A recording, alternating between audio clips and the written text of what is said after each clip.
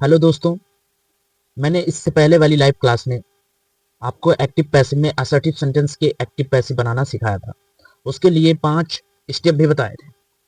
चलिए वो 5 स्टेप्स फिर से रिवाइज करते हैं असर्टिव सेंटेंस के लिए, फिर आगे बढ़ेंगे, है ना। तो सबसे पहले हम बात करेंगे असर्टिव सेंटेंस के एक्टिव सेंटेंस को पैसिव में कैसे आप कन्वर्ट करेंगे। तो सबसे पहले आपको ध्यान देना है असर्टिव सेंटेंस पर।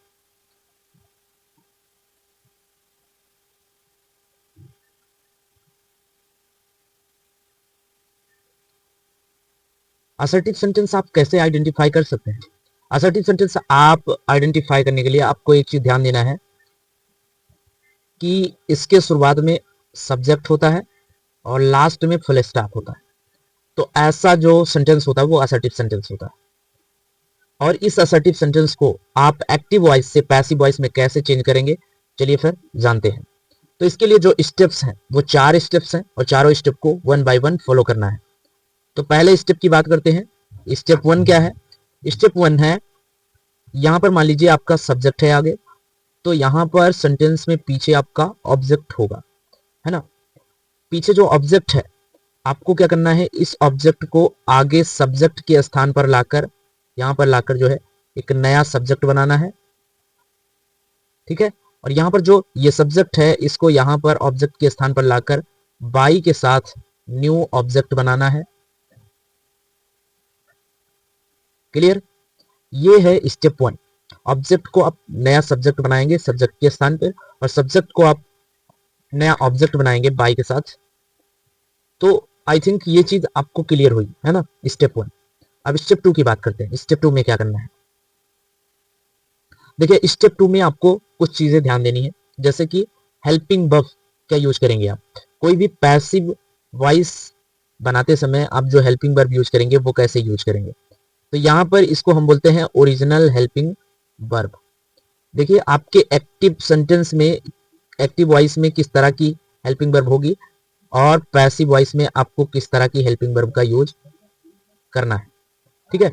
तो देखिए एक्टिव में जो है आपके मान लीजिए है डू या डज, या फिर वर्ब की फर्स्ट फॉर्म, या फिर वर्ब की यस या यस फॉर्म है। अगर आपके एक्टिव वॉइस में ये हेल्पिंग वर्ब्स हैं तो आपको क्या करना है, इससे पैसिव में किस तरह से यूज करना है। पैसिव में आपको इज एम आर लगाना है। क्या लगाना है? इन सब की जगह पर आपको इज एम आर लगाना है पैसिव में, ठीक है। अब आपको ये चीज ध्यान देनी है कि आपके एक्टिव वॉइस में आपके कुछ भी और हेल्पिंग वर्ब्स आ सकती हैं, जैसे कि आ जाए मान लीजिए आपके एक्टिव वॉइस में ये आ गया, मान लीजिए आ गया डिड, डिड आ गया, या फिर आ गया वर्ब की सेकेंड फॉर्म, डिड आ गया या वर्ब की सेकेंड फॉर्म आ गई। तो इसको जो है हम किस में चेंज करेंगे? इसको चेंज करेंगे वाज वर में। इसमें वाज और वर में चेंज करेंगे। इसके पैसिव में बदलाव होंगे, डिड या वर्ब की सेकेंड फॉर्म को आपको चेंज करना है वाज वर में, ठीक है। अब देखो अगली चीज क्या है। मान लीजिए आपके एक्टिव वॉइस के सेंटेंस में हेल्पिंग वर्ब जो है वो आ गया, वो आ गया हैज, हैव, या फिर आ गया हैड, ये आ गया। तो आपको पैसिव में क्या लिखना है? पैसिव में लिखना है हैज बीन, हैव बीन और हैड बीन। अभी ये स्टेप 2 ही है और स्टेप 2 में ये चीजें आपको ध्यान रखनी है। और मान लीजिए आपका आ गया इज एम आर, या फिर वाज, या फिर वर, ये आपके एक्टिव वॉइस में आ गया। तो आपको इसे पैसिव वॉइस में किस तरह से चेंज करना है? इसके साथ आपको क्या करना है, इज के साथ बीइंग लगाना है। और यहाँ ये जो बीन है, ये बीइंग जो लगा रही है ये मेन वर्ब है, ये याद रखिएगा, ठीक है।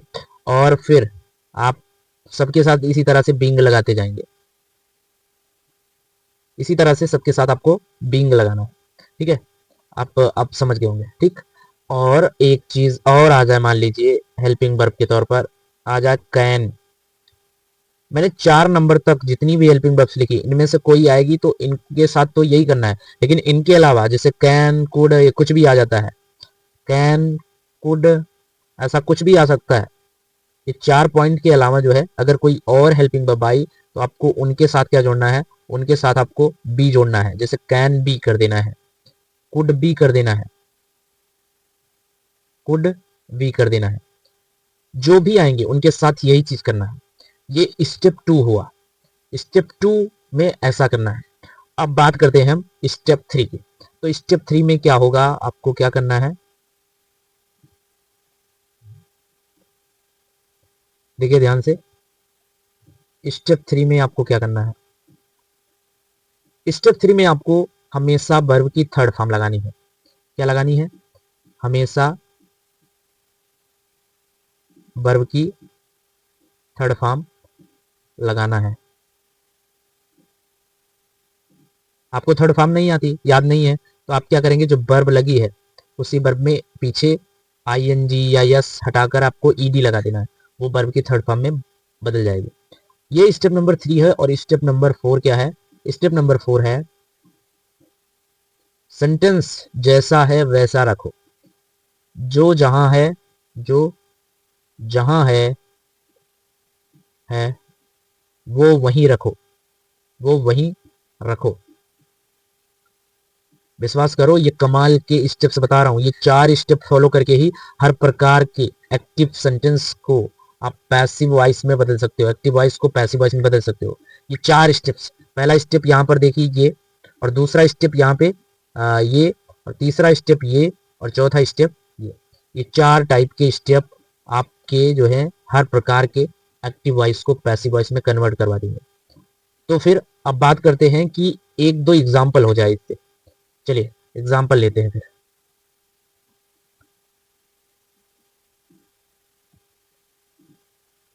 मान लीजिए हमारा एक्टिव का जो एक्टिव वॉइस जो है, एक्टिव वॉइस सेंटेंस जो है वो क्या है, you give me a book, you give me a book. ठीक, यहाँ पर है। अब यहाँ पर हम सबसे पहले स्टेप 1 को फॉलो करेंगे। स्टेप 1 में हमें दो चीजें पहले आइडेंटिफाई करनी है, सब्जेक्ट और ऑब्जेक्ट।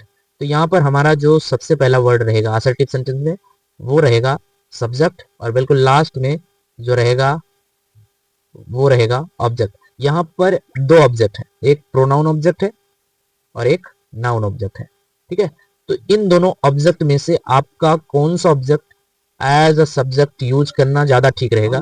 तो यहाँ पे जो ये नाउन वाला ऑब्जेक्ट रहेगा इसी को आप क्या करेंगे, उठा के जो है लाएंगे और यहाँ सब्जेक्ट के स्थान पर नया सब्जेक्ट बनाकर लिखेंगे।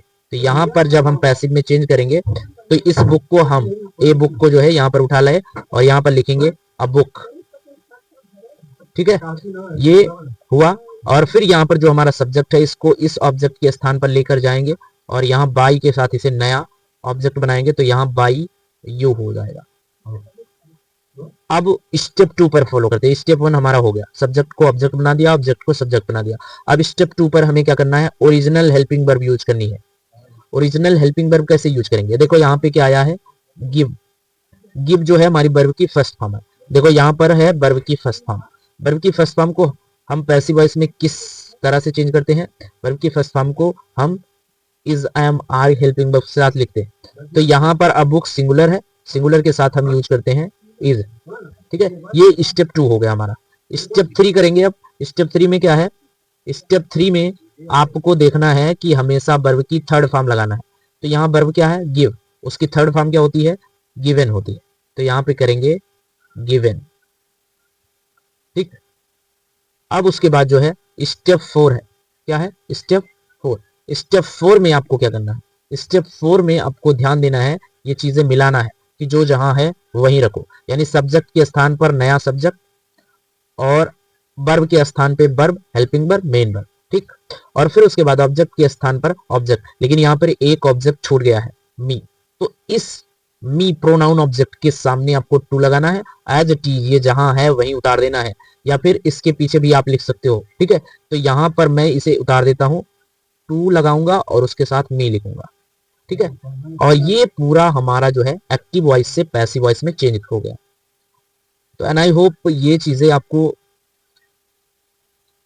पता चल गई होंगी कि कैसे करना है। सो अब नेक्स्ट वीडियो में, नेक्स्ट लाइव सेशन में आपसे मिलेंगे। अगर ये पसंद आया है तो इसको लाइक करके जो है दोस्तों को भी शेयर कर देना। और एक भी लाइक आपने नहीं किया, कई सारे लोगों ने देखा। और by the way, next class में मिलते हैं। जय हिंद।